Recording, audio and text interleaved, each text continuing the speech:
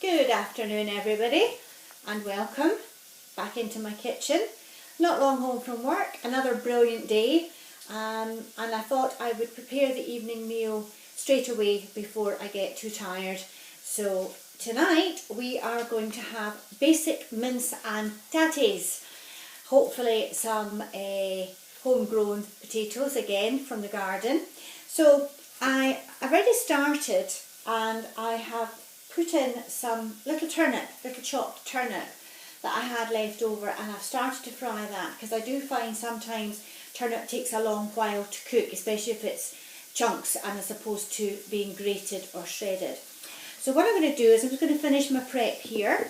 I've got a red onion, again from the garden. It's been fantastic being able to utilise all the fresh veg. So all I'm going to do is just roughly chop it. Again, I'm not going to be too precise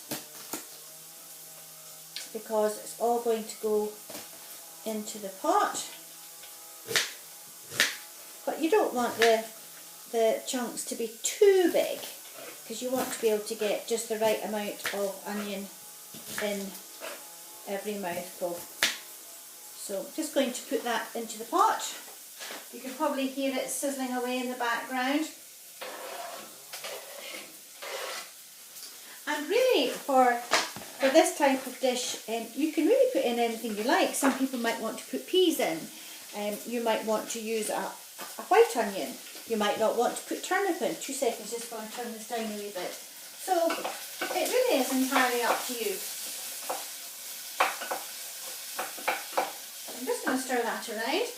Now the carrots I'm using I've had for a day or so, so they're looking a wee bit kind of tired on the outside. So what I'm going to do is I'm just going to peel the outer skin off it because I don't like the look of that. Sometimes when you buy them fresh you can use the whole carrot without having to do this, but I'm not that happy with that at the moment, so I'm going to get rid of it.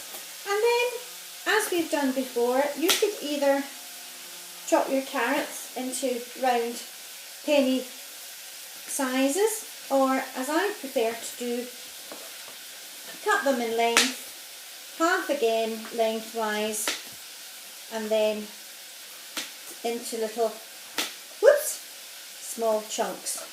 That'll be for the dogs, that one. Carrots are actually very good for dogs.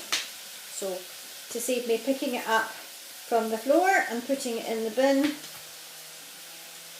is called the dog. So I'm just going to chop that up and I'll put that into the pot. Put the skins in the bin.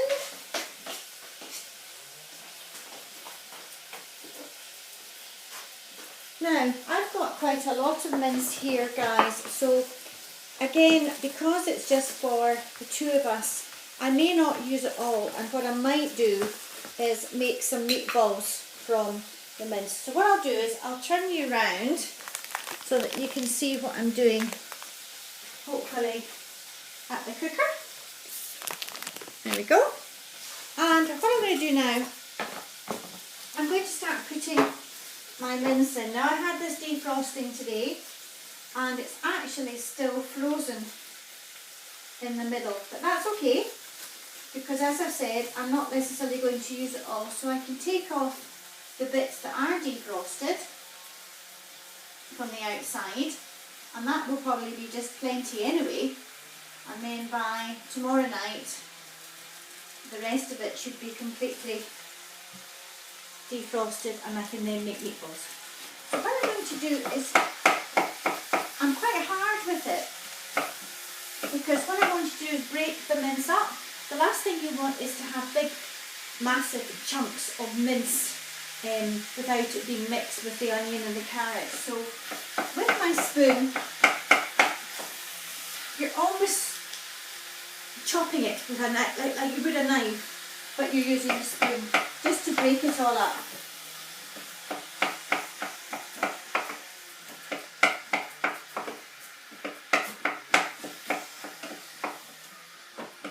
Okay, at this stage guys, seeing as I'm right beside my spice rack, I'm going to put in a little garlic, but again that's down to choice. If you don't like garlic, then you would just leave it out. And you could also put in any other mixed herbs or spices that you want. If you wanted to have your mince with a bit of a kick, maybe put chilli powder in it or some chilli flakes. So what I'm going to do now is just continue browning the mince off, which shouldn't take me too long. I think I'll put a little bit more of the mince in.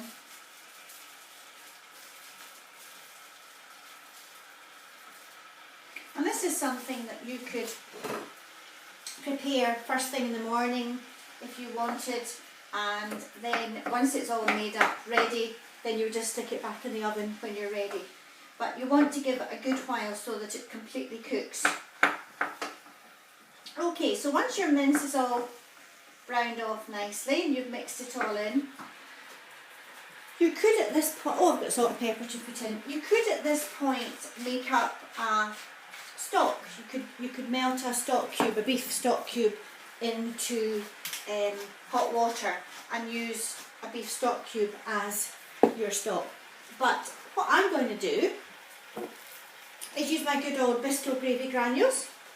So I'm just going to shake enough in there to thicken it up, and also to take away any fat left from the oil, you know, because I used vegetable oil for this, and you don't want it greasy. So the gravy granules are going to soak up any oil but also give it a thickening agent.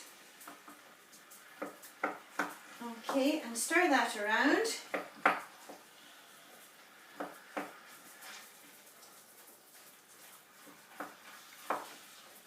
And then I'll just quickly go and get the kettle. Now this kettle was boiled not that long ago, but you don't have to have it boiling, it really doesn't matter, it can be cold water. And I'm just going to put a little in just now and stir it around, because the last thing you want is your mince to be too runny. So you don't want to put in too much water, just a little at a time, stir it round and give the gravy granules a chance to do their job and to allow the mixture to thicken. Once it starts to boil and it starts to thicken up quite a bit, then you can add a little bit more water to it.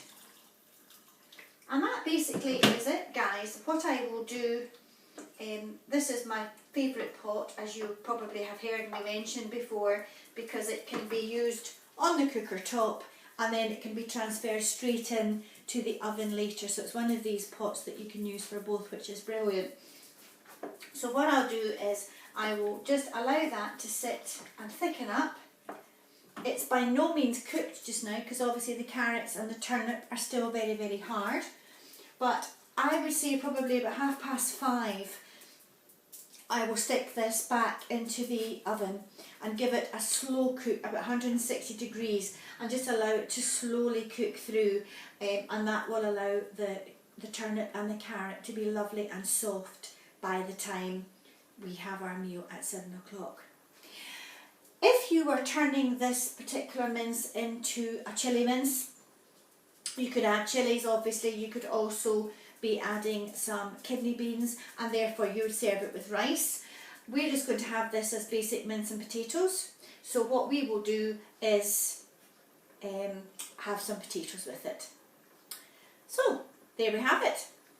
Hope you've enjoyed that, guys. Hope you get to the end of this video, because it's just announcing just now that my battery is low, so I may have lost you, but hopefully I haven't. Take care. I'll catch up with you tomorrow. Bye.